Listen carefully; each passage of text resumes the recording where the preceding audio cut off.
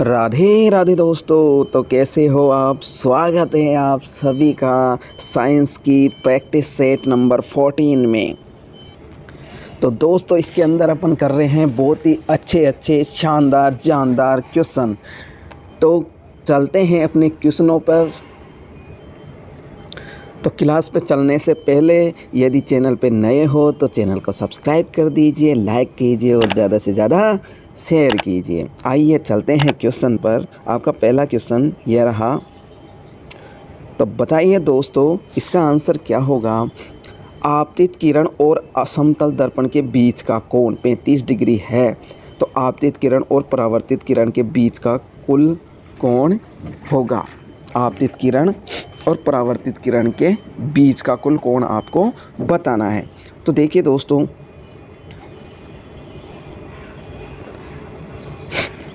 यह आपका कोई प्लेन मिरर है, ठीक है। यह आपकी आपतित किरण हो गई और यह आपकी परावर्तित किरण हो गई, ठीक है। यह हो गई परावर्तित और यह हो गई आपतित। अब आपको पता है यह क्या होता है, अभिलंब। यह अभिलंब हो गया। तो अब वो ऐसे बोल रहा है कि जो आपका ये कोण है ना, ये कितना है, 35 डिग्री। तो आपको पता है ये टोटल कितना होता है, 90। तो ये कितना बच जाएगा, 55 डिग्री, ठीक है। अब ये 55 हो गया। अब आपको परावर्तन नियम पता होना चाहिए कि कोण I = कोण R होता है कि नहीं। तो आपका I कितना आ गया, 55। तो आपका R भी कितना होना चाहिए, 55। तो ये वाला R भी कितना हो गया आपका, 55, ठीक है। अब वो पूछा है कि आपतित किरण और परावर्तित किरण के बीच का कोण क्या होगा। तो ये दोनों का मिला के कोण आपका क्या होगा, 110 डिग्री। ऑप्शन नंबर डी, ठीक है फ्रेंड। चलिए चलते हैं नेक्स्ट क्वेश्चन पर। तो नेक्स्ट क्वेश्चन आपका यह रहा।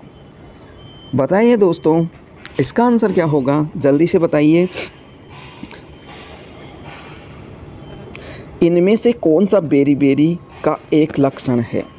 ऑप्शन ए, कमज़ोर दांत तथा मसूड़ों से खून आना। ऑप्शन बी है स्वस्थ त्वचा और सूजा हुआ उदर होना। और ऑप्शन सी है कमज़ोर पेशियां और निम्न ऊर्जा। ऑप्शन डी है कमज़ोर दृष्टि या आंशिक अंधता। तो इसका आंसर क्या हो जाएगा दोस्तों, इसका आंसर हो जाएगा आपका ऑप्शन नंबर सी, कमज़ोर पेशियां और निम्न ऊर्जा। क्या हो जाएगा, कमज़ोर पेशियां और निम्न ऊर्जा। नेक्स्ट क्वेश्चन है, कोशिका सिद्धांत किसके द्वारा प्रस्तावित किया गया था। तो कोशिका सिद्धांत आपका किसके द्वारा प्रस्तावित किया गया था। ऑप्शन नंबर ए है Robert Brown. Option number B है Robert Hooke. Option number C है स्लाइडेन और स्वान। ऑप्शन नंबर डी है एंटोनी वॉन लीeuwenhoek। आपको पता है कोशिका सिद्धांत दिया गया था ऑप्शन नंबर सी, स्लाइडन एवं स्वान के द्वारा। एंटोनी लीeuwenhoek ने तो बैक्टीरिया की खोज की थी, ठीक है दोस्तों। आइए चलते हैं नेक्स्ट क्वेश्चन पर। नेक्स्ट क्वेश्चन यह रहा, किसी वस्तु का द्रव्यमान चंद्रमा पर कितना होगा जिसका भार पृथ्वी पर 49 न्यूटन है। तो आइए दोस्तों इस क्वेश्चन को अपन समझते हैं बहुत ही अच्छे तरीके से। अब आप देखिए ये दे रखा है, इसने क्या, भार दे रखा है और इसने पूछा क्या है, द्रव्यमान। तो पहला कॉन्सेप्ट तो ये है कि आपका जो द्रव्यमान पृथ्वी पर रहेगा वही द्रव्यमान आपका चंद्रमा पे रहेगा। अब आपको पता है भार दे रखा है, तो भार क्या होता है आपका, भार क्या होता है फ्रेंड्स, भार होता है आपका, भार = mg। अब m आपको कितना दे रखा है, 49। तो 49 इंटू सॉरी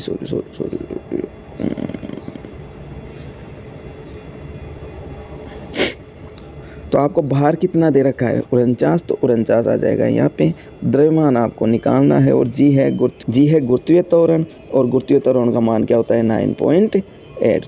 तो यहाँ से अगर आप m का मान निकालोगे तो आपका m का मान आ जाएगा 49 / 9.8 यानी 5 kg। ऑप्शन नंबर ए। तो दोस्तों क्वेश्चन अगर आपको समझ में आ रहे हैं, अच्छे लग रहे हैं तो लाइक कीजिए और कमेंट करके बताइए कि क्लास आपको कैसी लग रही है। तो नेक्स्ट क्वेश्चन है, निम्न में से कौन सी धातु उभयधर्मी ऑक्साइड बना सकती है? तो उभयधर्मी ऑक्साइड बनाने वाली धातु आपको पता है कौन सी होती है? एल्युमिनियम, यानी ऑप्शन नंबर डी। ठीक है। नेक्स्ट क्वेश्चन है, एक वस्तु को अवतल दर्पण के वक्रता केंद्र पर रखा जाता है, इसके प्रतिबिंब और ध्रुव के बीच की दूरी आपको बतानी है। ठीक है। अवतल दर्पण, देखिए फ्रेंड्स, ये आपका कोई अवतल दर्पण हो गया। ठीक है। और ये अवतल दर्पण के पोल से निकलने वाली हो गई प्रिंसिपल एक्सिस। ठीक है। अब ये अवतल दर्पण का हो गया आपका वक्रता केंद्र सी। ठीक है। और सी के सेंटर में, यानी सी का आधा क्या होता है आपको पता है? एफ होता है। ठीक है, ये एफ हो गया। तो यानी आपकी ये डिस्टेंस एफ है और ये डिस्टेंस भी एफ है। ठीक है। तो जब भी आप वक्रता केंद्र पे कोई प्रतिबिंब रखते हो, ठीक है, तो वो कहाँ बनता है दोस्तों? वक्रता केंद्र पर ही बनता है। तो ये टोटल डिस्टेंस जो आपकी हो गई, ये कितनी हो गई? जो ये टोटल डिस्टेंस हो गई, ये आपकी हो गई 2f। कितनी हो गई? 2f। और यही इसने पूछा है कि प्रतिबिंब और ध्रुव के बीच की दूरी बतानी है। तो ऑप्शन नंबर सी आपका क्या हो जाएगा? राइट आंसर, 2f के बराबर। चलिए दोस्तों, नेक्स्ट क्वेश्चन है आपका, निम्नलिखित में से कौन सी धातु ठंडे पानी के साथ तेजी से अभिक्रिया करती है? तो कौन सी धातु है इनमें से जो ठंडे पानी के साथ अभिक्रिया करती है? वैसे तो दोस्तों मैं आपको बता दूं, मोस्ट धातुएं ऐसी होती है कि जो पानी के साथ अभिक्रिया नहीं करती। कुछ धातुएं होती है जो पानी के साथ अभिक्रिया करती हैं, और जो ठंडे पानी के साथ अभिक्रिया करती है वो होती है आपकी सोडियम और पोटेशियम। तो ऑप्शन नंबर सी हो जाएगा, सोडियम। ठीक है। नेक्स्ट क्वेश्चन है आपका, विद्युत चुम्बकीय प्रेरण की घटना किसके कारण होती है? तो ऑप्शन नंबर ए है प्रणाली को विद्युत चुंबक से जोड़ना। ऑप्शन नंबर बी है प्रणाली में गैल्वेनोमीटर की उपस्थिति। ऑप्शन नंबर सी है चुंबक और कुंडली की नियत स्टेशनरी। ऑप्शन नंबर डी है कुंडली से गुजरने वाले चुंबकीय फ्लक्स में परिवर्तन। तो इसका आंसर क्या हो जाएगा आपका? ऑप्शन नंबर डी, कुंडली से गुजरने वाले चुंबकीय फ्लक्स में परिवर्तन के कारण क्या होता है? चुंबकीय प्रेरण की घटना होती है। नेक्स्ट क्वेश्चन है, रदरफोर्ड परमाणु मॉडल डैश का वर्णन नहीं करता। अब ये 4 ऑप्शन दे रखे हैं आपको, इनमें से आपको ये बताना है कि रदरफोर्ड ने जो परमाणु मॉडल दिया उसमें किस ऑप्शन पर ये लागू नहीं होता है। पहला ऑप्शन है नाभिक की उपस्थिति। बिल्कुल सही है दोस्तों, रदरफोर्ड ने नाभिक की उपस्थिति का पता लगाया था। परमाणु के आवेश, तो रदरफोर्ड ने परमाणु के आवेश के बारे में भी बताया था। फिर है परमाणु के स्थायित्व, तो रदरफोर्ड ने परमाणु के स्थायित्व के बारे में कोई जानकारी नहीं दी। तो आपका आंसर क्या हो जाएगा? Option number C. Next question है, सोडियम हाइड्रोजन कार्बोनेट बनाने वाले अम्ल और क्षार है। तो आपको पता है सोडियम हाइड्रोजन कार्बोनेट कौन सा बनाता है? जैसे NaOH की